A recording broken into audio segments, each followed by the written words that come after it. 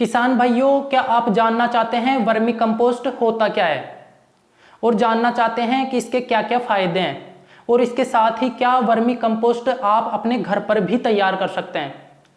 अगर ये सारी जानकारी आपको चाहिए तो हमारा ये वीडियो आप अंत तक जरूर देखिए, जिसके अंदर हम आपको वर्मी कंपोस्ट के बारे में जानकारी देंगे। नमस्कार किसान भाइयों, मैं हूं नरेश और आप देख रहे हैं किसान प्लस यूट्यूब चैनल। तो दोस्तों, वीडियो शुरू करने से पहले अगर आप हमारे इस चैनल पर नए हैं तो प्लीज़ हमारा चैनल सब्सक्राइब कर लीजिए और साथ ही साथ बेल आइकन को भी ज़रूर प्रेस कर लीजिए, जिससे कि हमारी नई वीडियो आते ही आपके पास नोटिफिकेशन पहुंच सके और आप उस वीडियो को समय से देख सकें। तो चलिए वीडियो शुरू करते हैं। दोस्तों, अब सबसे पहले बात करेंगे कि वर्मी कंपोस्ट बेसिकली होता क्या है। किसान भाइयों, जब हम अपने फसलों का गोबर मतलब कि जो अपने खेतों में डाल देते हैं तो वह कोई काम का नहीं होता और उससे कोई फायदा नहीं होता। लेकिन अगर हम उसी गोबर को केचुआ खाद बना करके यानी कि वर्मी कंपोस्ट अगर बना करके अपने खेतों में डालते हैं तो उससे बहुत सारा फायदा होता है। जब हमारे पशुओं का गोबर होता है तो हम क्या करते हैं, उस पर केचुए छोड़ देते हैं।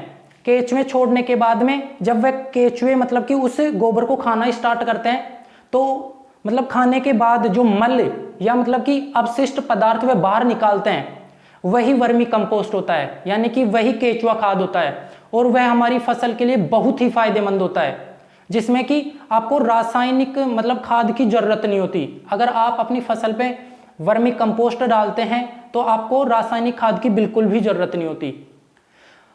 अब बात करते हैं कि इस वर्मी कंपोस्ट से फायदे क्या क्या हैं।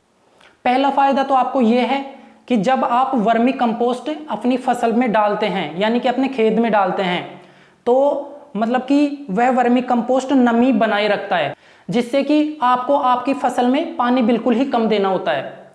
और दूसरा फायदा यह है, अगर आप वर्मी कंपोस्ट मतलब कि अपनी खेती में डालते हैं तो इससे आपको रासायनिक उर्वरक यानी कि खाद खरीदने की जरूरत नहीं होती। और अगर आप यह खाद अपने घर पर बना लेते हैं तो आप कम कॉस्ट में इस खाद को अपने खेत में आसानी से डाल सकते हैं, जिससे कि आपको बहुत ही फायदा होगा।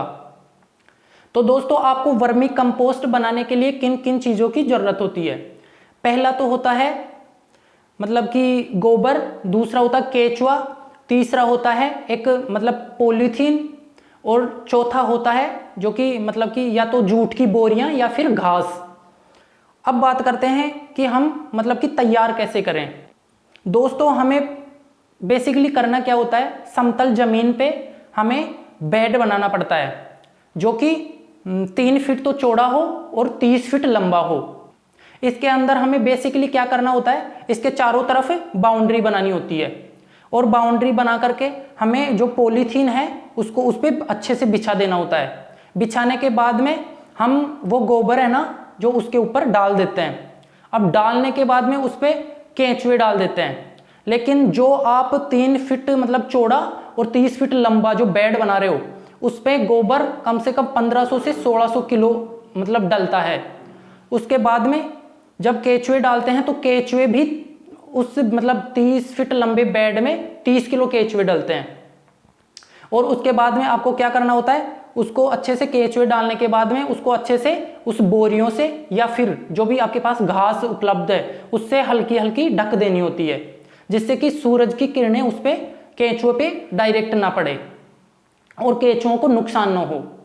अब बात करते हैं कि मतलब कि इस बेड से हमें कितना खाद मिल जाता है और कितने दिन में मिल जाता है।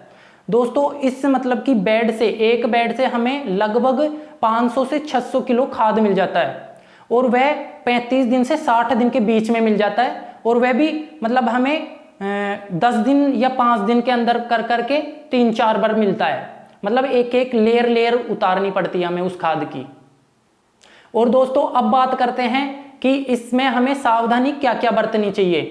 पहली तो ये कि जब आप मतलब कि गर्मियों के अंदर जो केचुआ खाद बना रहे हैं तो उसके अंदर आप बेसिकली क्या करें कि पानी एक दिन छोड़ के एक दिन इतना ही डालें जिससे कि उसकी नमी बनी रहे, ना कि पानी इतना डालें जो कि बाहर तक निकलता रहे।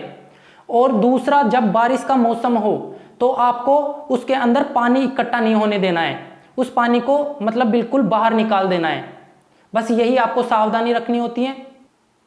तो दोस्तों, अगर आपको ये वीडियो पसंद आई है तो प्लीज़ इस वीडियो को लाइक करें, हमारा चैनल सब्सक्राइब करें और इस वीडियो को अन्य किसान भाइयों के साथ भी शेयर करें। और अगर आप इस वीडियो को फेसबुक पे देख रहे हैं तो हमारा पेज फॉलो करें। और यदि आपके मन में किसी भी प्रकार का सवाल या सुझाव हो तो आप हमें कमेंट्स बॉक्स में जरूर बताएं। दोस्तों, वीडियो का अंत करने से पहले हम आपको बताना चाहेंगे कि यदि आप घर बैठे अपनी आसपास की मंडियों के भाव जानना चाहते हैं तो प्लीज प्ले स्टोर से हमारा ऐप किसान प्लस डाउनलोड कर लीजिए, जिसका लिंक हमने कमेंट्स और डिस्क्रिप्शन में दिया हुआ है। और दोस्तों, आज की वीडियो में बस इतना ही, फिर मिलेंगे नेक्स्ट वीडियो में। जब तक के लिए जय हिंद, जय भारत।